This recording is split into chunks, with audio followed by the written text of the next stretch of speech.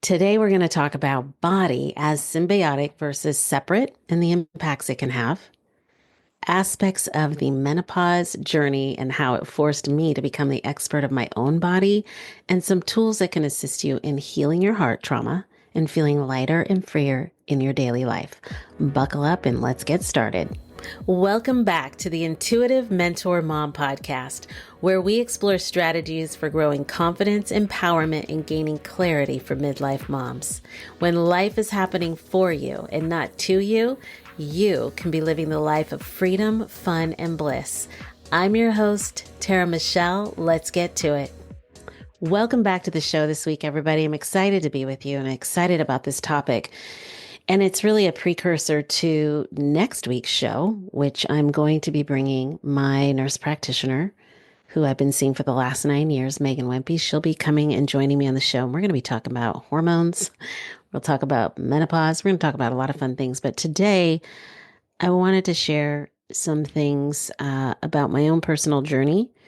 And, I think it's important to consider the context I'm about to talk about, because I think it plays an important role in how we experience ourselves and how we experience, being and living inside of our bodies. And as women, in our culture currently, I know this podcast gets out internationally, but I live here in America. And so culturally, from the Western perspective, we have a lot of interesting views of our body, from body dysmorphia, body image, all of that. And so I wanted to share some of the things I'm about to share today, really as a precursor to the next episode. Healing, as I like to say, is a process. It's a process within, and it can't be sought after outside of our bodies at all. And years of stress and daily mismanagement of diet, exercise, can truly cause unnecessary oxidation on our internal systems. And the crazy thing about that is that it can be a slow, silent, and deadly killer over time, because there could be things going on in your body that you may not even know. And unless you're really in tune, you may not feel it, you may not hear it, you may not sense it until it's too late. So one thing I'll say is, no, I'm not a doctor. I'm not a nutritionist. However, I have become, or I have continued to become, the expert of my own body and what it needs. But I've also learned in the last several years what it no longer needs, or what it no longer can have. Over the last 5 years, I've been on a roller coaster journey of healing my body from the inside out. And I've had days where, and some of you may be able to relate to this, I've had days of absolute neuropathy, pain, like through every fiber of my body, to where it was aching and throbbing to the point of where I couldn't even move. And it felt like knives coursing through my veins. And especially when I would try to get out of bed in the morning, it was debilitating. And I even had a blood vessel burst. I'd gotten a call from work, and a blood vessel burst in my eye. I gotten a call at work. I was getting my hair done. I answered the phone. I was stressed out by the call. And my hairdresser looked at me and she said, "Oh, wow. Are you okay?" And I looked at her and I said, "Why?" She said, "You must be under a lot of stress because you just burst a blood vessel in your eye." That, in that moment, that was a huge wake up call for me, because in the moment of that conversation, I was frustrated by it, but not at the level to which I felt like I didn't even feel that happen in my eye. I didn't even feel it at all. But my body responded in that moment. Now, that's just one of the things that for me was like, oh my God, there's something going on in my body. But I also was at this point where I was wondering if my heart was going to stop in a moment's notice. There were times where I called a friend because my heartbeat and my blood pressure, like I could literally feel it pounding through my skin, and my blood pressure was so high. And I was scared. I was scared at the time that my system was just going to shut down, and I was going to shut down just altogether. Now, here's another interesting syndrome. I don't know if any of you have heard of it, and maybe you have, or maybe you've experienced it, POTS syndrome, which stands for postural orthostatic tachycardia syndrome, aka POTS. It affects the autonomic nervous system. It can cause excessive increase in your heart rate when standing up, symptoms of dizziness or lightheadedness. You can also have palpitations. And when you have these symptoms, or if you want to call it this syndrome, POTS, it requires you to change your lifestyle. And for some people, it actually could require meds. And so during menopause, this was something that I was diagnosed with. And as I shared with you earlier, my body began to go through a number of different things. There was mineral deficiency, potassium deficiency. I had things going on with my thyroid. I had things happening with my heart. My thyroid was, aspects of the symptoms going on my thyroid, which was then beginning to attack my heart. I had liver kidney things going on. There were all kinds of things happening when I went through menopause. And something interesting about POTS is it occurs in 1 in 3 million people. And the interesting thing is it's more commonly found in women, get this, from 15 to 50 years of age. That's right, I said 15, as early as 15 years old to 50 years of age. So I cured this. I did cure the POTS syndrome that was moving through my body. And I did a number of things, but one of the things I did was increasing my potassium. I had a adrenal cocktail that one of the nutritionists that I was working with, that she had given me a recipe, which was amazing. I swear I did that immediately, and my body had probably, I'm going to say, a 40 to 50% turnaround in symptoms. Like, I got better so quickly in just 3 days of taking that. So potassium, mineral intake, was starting to add salt to my coffee and salt to my diet, and sea salt. So I still do sea salt in my coffee every morning. And I make a I make a yummy coffee drink, which it's 2 scoops of vanilla protein, about a teaspoon of sea salt. Sometimes I'll throw butter in, not always, but I'll put cinnamon in. Now, I used to do coffee, but I no longer do caffeine. And so I do decaf coffee, or I'll just do Dandy Blend, which is a chicory root type coffee. And I mix it all up, but it tastes like a vanilla caramel latte, salted caramel latte. And I love it. So that's something I do.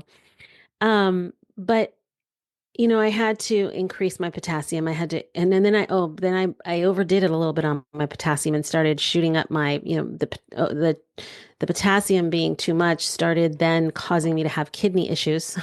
So really, when you're working through these things, you want to work with your provider, because you need to make sure that you're doing everything properly. But amongst other things, as I mentioned, I was implementing all kinds of things during this chapter of healing. So, and again, I cannot stress, please, what works for one person may not be the thing that works for others or for you. So be sure, as you start dabbling in various things, if you're trying to heal your body, or you're working, I don't want to say trying, or you're working to heal your body, make sure you're working with somebody, whether it's a nutritionist, a nurse practitioner, your provider, so that you're monitoring and making sure that you're managing everything effectively and efficiently. Because everybody's body is different, delicate, and intricate, and needs to be managed properly so you're getting the most effective results. Okay. And also, maybe, hopefully, not causing any other harm in your body, because you never know. And so, looking back, so much of my own journey through that time was the impact and result of years of mismanagement of diet and exercise, and a lack of knowledge and awareness of my whole body system. Not to mention, and I already said this, but not to mention, I was also moving through menopause. So when talking about the whole body system, What I'm about to share is from the context of our current conditioning here in the US. So hold on, because it just follow me along here, follow, and then you'll know what I'm talking about. So often we're taught to look at our symptoms, and we're taught to look at our symptoms as separate from one another, and then to take a pill for that one symptom, not paying attention to the fact that that one symptom is actually the result of another symptom. That symptom is also a result of yet another symptom. Now, if you treat that first symptom, the original one we were talking about, without addressing the others, you're surely going to dam the river for a little while, right? And put a band-aid on it. Yet that pill that you now take, that prescription medication, it has side effects. And if you're not aware of how that medication metabolizes through your body, you could then be causing new symptoms. But let's get back to that root symptom, the one that we didn't even address, the one that caused that initial symptom that you took the pill for. How are those symptoms going? Oh, you don't know because you're not even aware that it's there. Because that root symptom expresses in a way that you can't see or feel in your body. So, how's that going for you? And oh, by the way, now that you're taking that pill, are you feeling better? Are you really feeling better? Or do you now have new symptoms you're needing to manage? And now you're trying to treat those. Oh, because they have a pill for those too.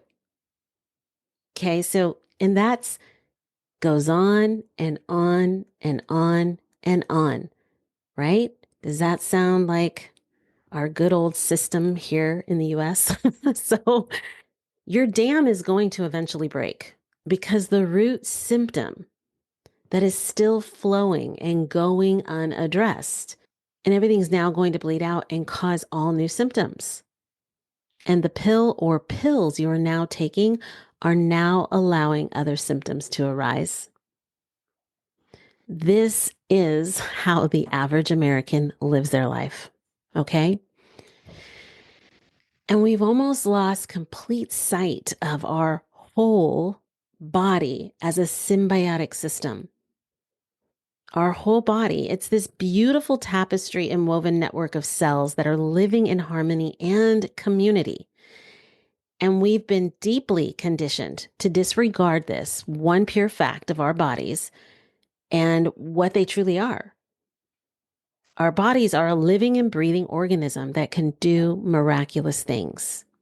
I'm going to say that again. Our bodies are a living and breathing organism that can do miraculous things. So much so is it can heal itself from just about anything. But we have been conditioned to believe otherwise. So as I began diving into understanding my body because of all these symptoms, right? All these symptoms I was having that I was experiencing. And I don't know if I shared this. I don't think I shared this yet. I think I shared it it'll be in the episode coming. But I saw 3 different nutritionalists. I was working with my nurse practitioner. I had 2 trainers at the time because I was going to a CrossFit gym, a strength training CrossFit gym. Plus I was working with a dear friend who's a trainer, Kindy Malott, who's actually in some of the previous episodes where we did some great interviews and talked a lot about health and wellness. But I began diving into understanding my body because all of those symptoms that I was experiencing, I began to see my body differently. I was starting to see it as whole and symbiotic in its nature. And how that was is, when I would get all the testing that I did, I'd go through all of this, the results. then realizing, oh God, well, this one thing is happening because this other thing is out of whack. And oh, and that's out of whack because this other piece is out of whack. And oh, I have to actually work on this piece before I can actually get that piece to go back to where it needs to be. So that was really the first time that I saw myself and my body in that way because I've been so programmed over the years and conditioned to focus on the one thing that may be hurting. Well, that one thing is hurting because there's something else going on behind it. Okay. And so I would venture to say many of you can relate to that. So earlier, I'd mentioned that I had to look at my body and my lifestyle, and I had to make changes. I absolutely had to make changes to continue moving through not only that process of menopause, but really embracing and accepting that, hey, I'm not 25 anymore. My body is in its 50s. It's had a child.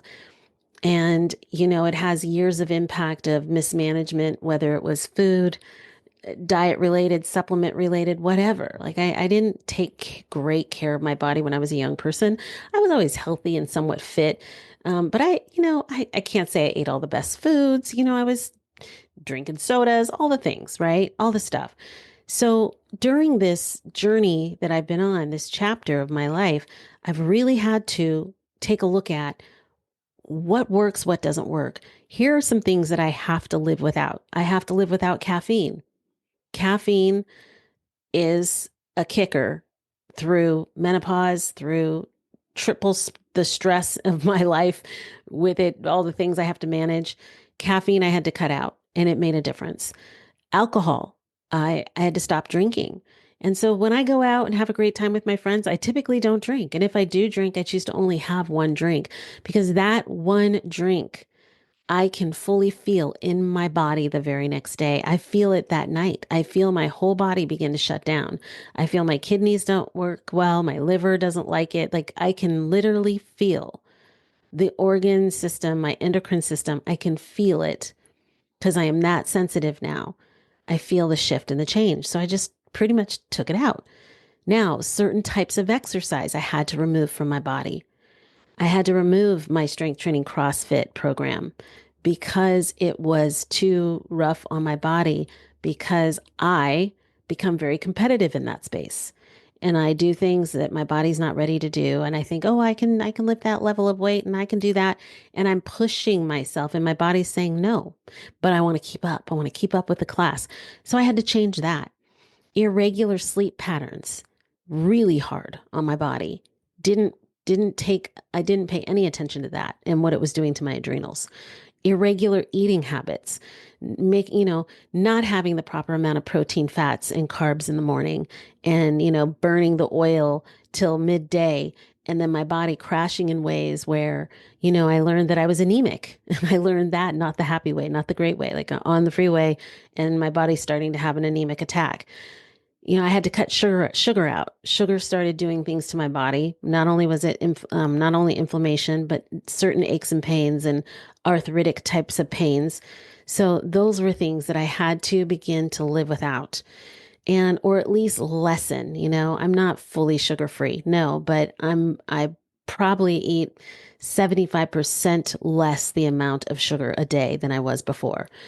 So what are things that I've had to put in and that I savor and that I relish about my life that help my body be stronger, that help my body repair and restore faster?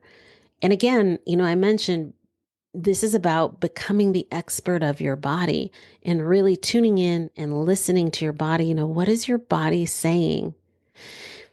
I also want to, before I go into this list here of what I do, as I was working on the notes for this podcast episode, it dawned on me again. I just keep having all these realizations.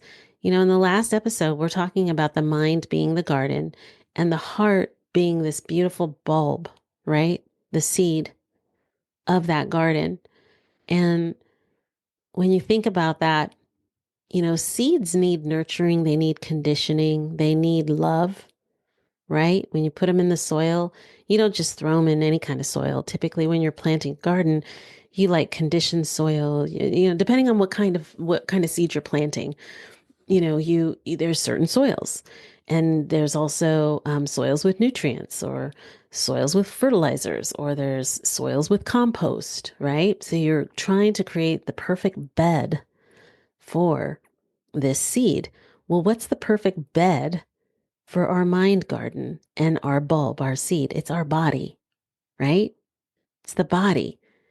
The body is this beautiful conditioned community. Well, we'll get into the cells and the community of cells that it is, but it's this beautiful space, right?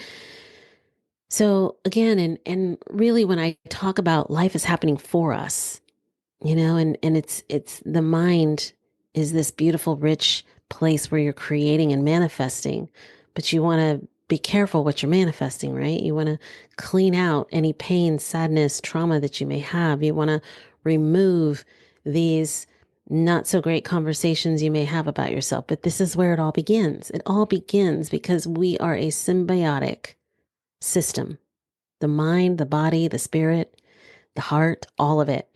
So back to the things that I was putting into my life, implementing uninterrupted sleep. I started sleeping more.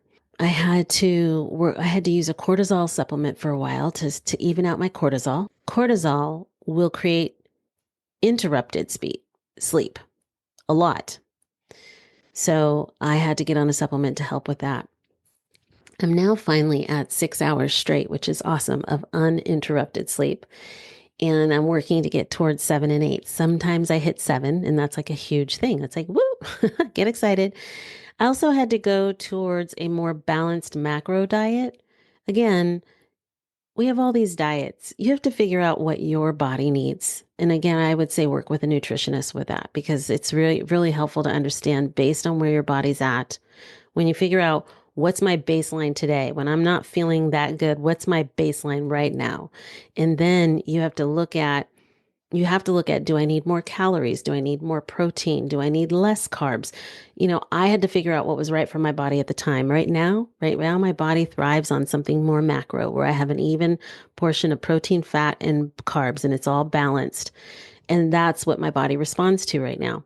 Regular exercise, minimum 4 days a week, minimum, have to have it for my mindset and for my body. Strength training, super important. Do it all the time. Love it. I love feeling stronger, but that's what my body requires. I do daily salt in my coffee, as I shared with you earlier. I have to drink more than 63 ounces a day of water. That's important to stay hydrated for me. I chose to do hormone therapy replacement. And there's some really good books. If you haven't read them, find them. You can find them on Amazon, but you can also find them on Audible. There's a book called uh, What Your Doctor Never Told You About Menopause. And then the other book is What Your Doctor Never Told You About Perimenopause. Brilliant books. You might find a lot of interesting information in there. I also incorporated daily meditation and daily time just to stop, breathe, and just relax into my body and release that stress. So much stress, right? Ladies, can you relate? So much stress every day. So much stress. It's okay to just stop and breathe. So, on the next show, I'm excited to bring, as I mentioned, my nurse practitioner, Meagan Wempe. She works at Trinity Balance Family Healthcare here in Texas. She is amazing. And I just love her. I've been working with her for 9 years. She helped me discover when I was pre-diabetic 9 years ago and other doctors could not find it. She did particular workups on me and was able to target and figure out exactly what I needed to do. And within 2 weeks, I had shed 20 pounds. My A1C went down by 4 points, and I was really able to get my body back on track. And little did I know that I was heading down a path that I didn't even, I thought I ate good. I was eating healthy. I thought everything was fine, but it wasn't. So we'll discuss more in depth health and hormones, and we're going to dive into various aspects of that menopausal journey. And today I just really wanted to share with you a little bit of my experience and the journey I've been on and I'm still on. because it's a forever journey, right? Your health and well-being is forever. But topics we'll discuss on the next show is when do you start managing or being concerned about hormones? A lot of people think, oh, you don't have to worry about it till you're older. We're going to talk about that because it's very important. We're also going to talk about the safety of hormone replacement therapy. I think a lot of people are afraid of it. And I think if you do your due diligence, do your research, and find out all the options that are out there, don't be afraid of it. There are a lot of good things that Megan's going to talk about that can really come from hormone therapy. Life with it and life without it. We're going to talk about that too. Because there are some people that choose not to go that route. They choose to really focus on you know, managing and balancing their hormones through diet. And absolutely, you can do that. I believe you can do that. I chose not to. I chose to do the therapy because I think my body was at such a state that I needed help right away. Can I reverse all that and do it completely by food and diet? Possibly. But right now, I'm on the journey of hormone replacement therapy with food, diet, and exercise. I'm doing my best to stay off any medications for as long as I can because I do believe I can heal my body. So, after hearing much of this show, I would really like to hear from you. What are you hearing for yourself? If your health journey has been however it's been hard, easy, tough, strenuous, non existent. What is it? Like, are there things relatable in what I've shared here? Some of the symptoms, maybe? Have you experienced POTS? If not, is it something you're experiencing? Hopefully not. Hopefully not. But, take a look at that. It might give you some insight for some people. And also, please share with me in the comments, how did you overcome any of the imbalances? Or what is your journey currently today? What are you doing right now to take charge and take action within your health and well-being? And are you the expert of your body? Or are you relying on others to tell you what's going on in your body? So when it comes to feeling good, are you actually listening to your body? Are you listening to it? Are you seeing it as a whole system? Or are you relating to your body as separate? It's separate from you. The symptoms are separate from another. Or are you really seeing it that it's a whole system situation here? So comment below, share with me what you're hearing, feeling, or sensing in your body, your mind, and your heart. Also, if you're liking the show, please be sure to show your love and support through our 5-star ranking system. There'll be some 5 stars there somewhere, and you can write a review on the podcast. So I would absolutely love to hear from you. So before I wrap up this episode, in the last episode, I had shared with you about the mind garden, right? The bulb is the heart. But I also discussed 3 things to be aware of when wanting to heal those aspects of your heart. And in that episode, I also talked about how I would share with you how I move through trapped and stuck, uncomfortable emotions within my heart. Now, as I discussed in the last episode, the 3 things that I pay attention to be aware of is when I'm in a situation or a conversation with somebody, am I triggered? And if I'm triggered, that's my warning sign. That's my red flag of there's an emotion in there that needs to be handled. There's some energy in there that is sitting in there that has nothing to do with this situation. And the root of that pain is coming from somewhere. And it's just showing up in this conversation because it's unresolved. So that's my first trigger. I also, once I recognize that, I will sit in the emotion. Sometimes you can't do this in the heat of the moment, right? Sometimes you can, but not always. But what I try to do is I try to sit with it in that moment and I breathe through it. And I try to release all story or attachment to that emotion. And then I like to ask my heart, what do I need in this moment? What do I need in this moment? And then I try to fulfill on whatever that need is. It could be speaking up to that person. It could be doing nothing. It could be cry.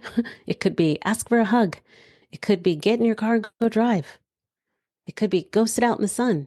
Whatever it is, I ask my heart what it needs and I try to provide that for myself in that moment. Now, I want to leave you with another very cool tool and one that I've been working with lately. And a dear friend of mine had reminded me because he too had been working on some stuff for himself. And he reminded me that he had written a letter to his mother. His mother's passed, but he's working through some stuff around his mom. That reminded me, oh, yeah. Oh, yeah. I could write letters because I was working through some stuff with my dad, who was also passed. It's like I could write letters to him. I could write a letter to him.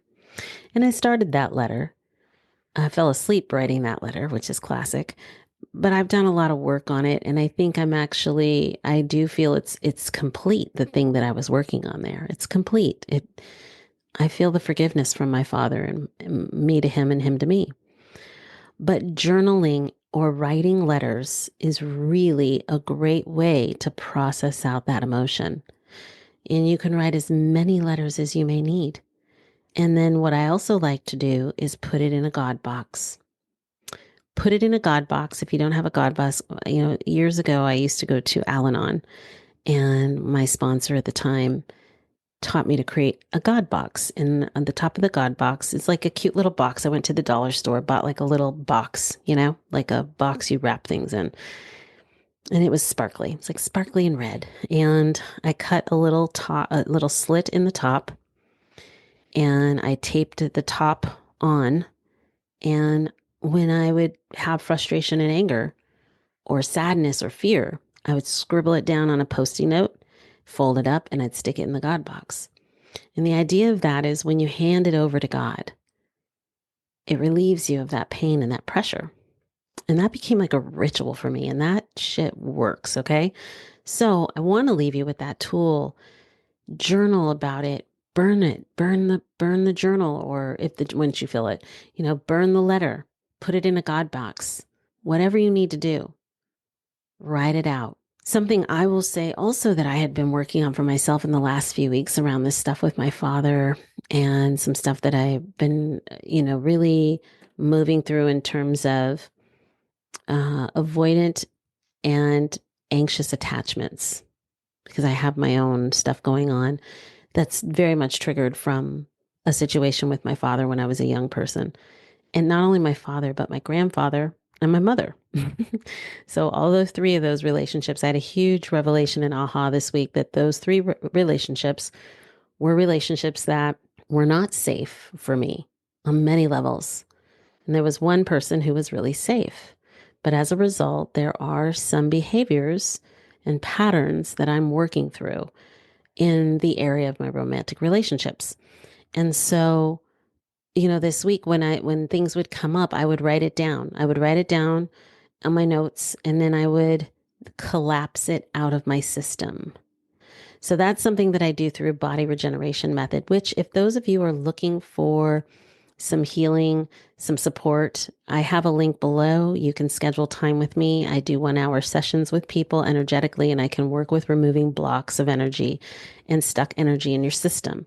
And we can work through pain and things of that nature. But that's what I've been doing, is pulling up these energies out of my heart, pulling them up out of my spiritual etheric space, my auric field, however you want to call that, and collapsing it out, and then refilling it with whatever is needed and required at that time. So that's another way that I do work in healing my heart, and something I would love to share with those of you who are ready to do that type of work. So that is what I want to leave you with today. I really want to thank you for sharing this time with me this week. As I mentioned, next week, we will get to spend some time with Meagan Wempe. We're going to do a deep dive on hormones, hormone therapy replacement, health and healing of your body. And we're going to have a lot of fun. So until then, it's been a blast being with you today. Thank you again. I love you all, and have an awesome rest of your week. See you soon. Thank you for coming on this healing adventure today. If you're starting to see how everything is falling into place for you, consider rating the show and sharing it with one of your friends. Keep that spirit alive and join me next week, same place, same time. Have a great week.